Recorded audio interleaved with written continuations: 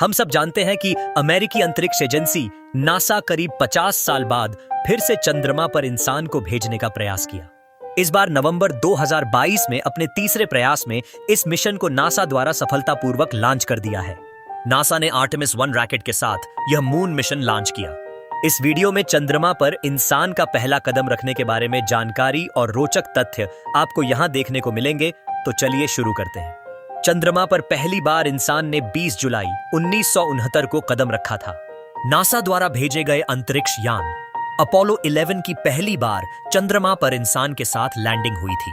Apollo 11 Kennedy space centre से launch किया गया था और इस अंतरिक्ष यान की उड़ान में Neil Armstrong, Buzz Aldrin, Michael Collins, यह 3 अंतरिक्ष यात्री शामिल थे। चांद पर पहुंचने की इस यात्रा में करीब 4 दिन, 6 घंटे और 45 मिनट लगे। आखिरकार 20 जुलाई 1969 को अंतरिक्ष यान चांद की सतह पर उतर गया। चंद्रमा पर उतरने की यात्रा पूरी तरह आसान नहीं थी। चंद्रमा पर उतरने से ठीक कुछ समय पहले कुछ संदेशों की आवाजें सुनाई दी, जो तकनीकी खराबी की वजह से आ रही थी। उसको ठीक करने के बाद ही अंतरिक्ष यान को चांद पर सुरक्षित उतारा गया। चंद्रमा की ग्रेविटी की वजह से ज्यादा स्पीड के साथ अंतरिक्ष यान को उतारा गया। इस वजह जिस निश्चित जगह पर यान को उतारना था, उससे अंतरिक्ष यान 4 मील दूर उतरा। इस समय 3 अंतरिक्ष यात्री इस यान पर सवार थे, लेकिन केवल 2 लोग ही चांद की सतह पर उतरे थे। पहला कदम नील आर्मस्ट्रॉन्ग ने रखा था और उसके बाद अंतरिक्ष यात्री बज ऑल्ड्रिन थे, जिन्होंने दूसरा कदम रखा था। सिर्फ 5% ही ईंधन बाकी रहने की वजह से मिशन रद्द हो सकता था और सिर्फ 60 सेकंड के अंदर ही अंतरिक्ष यान को उतरना था। राइट बंधुओं द्वारा बनाए गए हवाई जहाज के लकड़ी का टुकड़ा नील आर्मस्ट्रॉन्ग अपने साथ अंतरिक्ष यान में ले गए थे।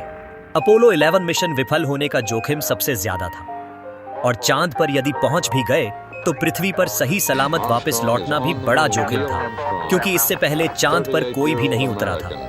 इसलिए मिशन विफल होने की अधिक संभावना रहने की वजह से उस समय अमेरिकी राष्ट्रपति रिचर्ड निक्सन ने इस विषय में भाषण पहले ही तैयार किया था, जिसका मौका कभी नहीं आया। चंद्रमा की सतह पर पहुंचने के बाद इन अंतरिक्ष यात्रियों ने चांद की सतह पर कई वस्तुओं को छोड़ दिया, जिसमें इंसानों की तस्वीरें और अलग-अलग भाषाओं की ऑडियो रिकॉर्डिंग भी शामिल है। 24 जुलाई 1969 को सैटर्न V चंद्रमा की कक्षा से निकलने के 44 घंटे बाद प्रशांत महासागर में गिर गया।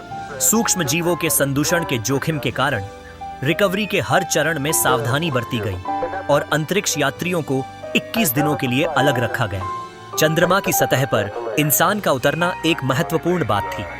दुनिया भर में करीब 650 मिलियन लोगों ने इसको टीवी पर देखा था और सभी लोग नील आर्मस्ट्रॉन्ग को इंसानियत का पहला कदम उठाते देख रहे थे। हमें आशा है कि आपको यह वीडियो पसंद आया होगा। आप अपने विचार और सुझाव कमेंट के रूप में दे सकते हैं, ताकि हम ज्यादा से ज्यादा और अच्छे फैक्ट्स आपके लिए ला सकेंगे।